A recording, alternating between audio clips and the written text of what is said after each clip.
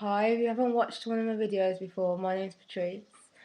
I'm interested in self-empowerment and self-awareness and just uplifting people in general. I want to talk about the art of self-soothing. I've used self-soothing a lot, and I think it's very important to be able to be consciously in control of the way you feel and the way you react to situations, because emotions have such strong power to get the best of us, and when we're emotional we cannot think straight. But it's empowering to know that you are in control of these emotions. You don't have to let them be your drive or let them be your force. Ways that I was able to pick myself up from not so positive situations were just to not ignore what was happening, acknowledge what was happening, and kind of be able to see that situation without myself in it. So, retrospective, I think it's called, being able to just take myself out of the situation and look at it as if someone else is in there. So then I can see from a higher level. It's almost like a bird's eye view. Instead of being in the woods at wood level, not be able to see through. If you're on a cliff, you can see much clearer the path that you need to go. So I found that helped, because then I was less emotional because I detached myself away from the circumstances. Another way is to just really value how I feel. So once I've actually valued that I want to feel good, I then decide that it's my choice and my decision to feel good. So instead of feeling angry, depressed, low, moody, um, it's as well sometimes it is difficult to explain because I suppose it's not so much of a process, a mental process, and as in you thinking, okay, step one, step two, step three.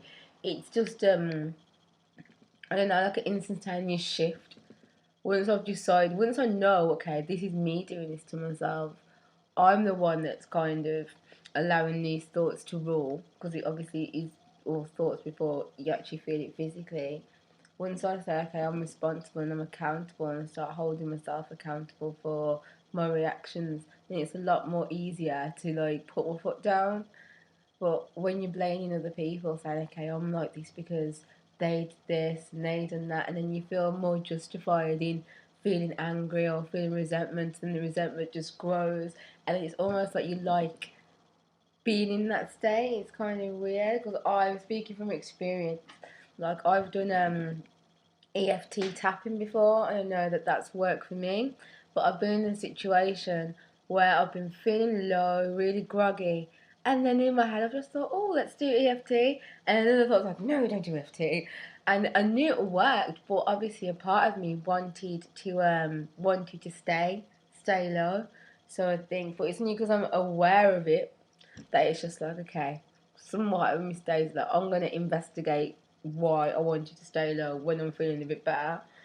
It's just lucky for me, feeling low isn't that detrimental for me, because I'm well aware that I am a sensitive person. So if I do feel upset, I'm not going to take it as seriously, because I know that it takes something very small. Like, it's not that important in a sense. I only take it.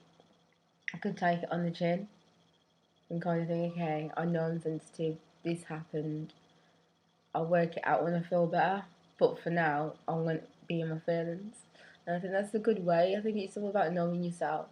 Because when you know how you react to stuff, and you know you're reacting personally, so you know, okay, if it's someone else in the situation, it might not necessarily turn into a worse one. It's kind of me being stuck in my ways that's made it a bit worse. Then I get to decide, okay, is that something I want to go through with or not? But if I don't see myself and what I'm doing in the situation, then I'm always going to be a victim and always going to be blind to what's going on, because I'm never going to think that I have any part of it, so I'm never going to change. So that the real eye opener is just knowing that you are part of what's going on. You are part of it, and then you have the choice whether you want to take part or whether you don't, whether you want to participate or whether you're just not going to tolerate what's going on. And that's really up to you.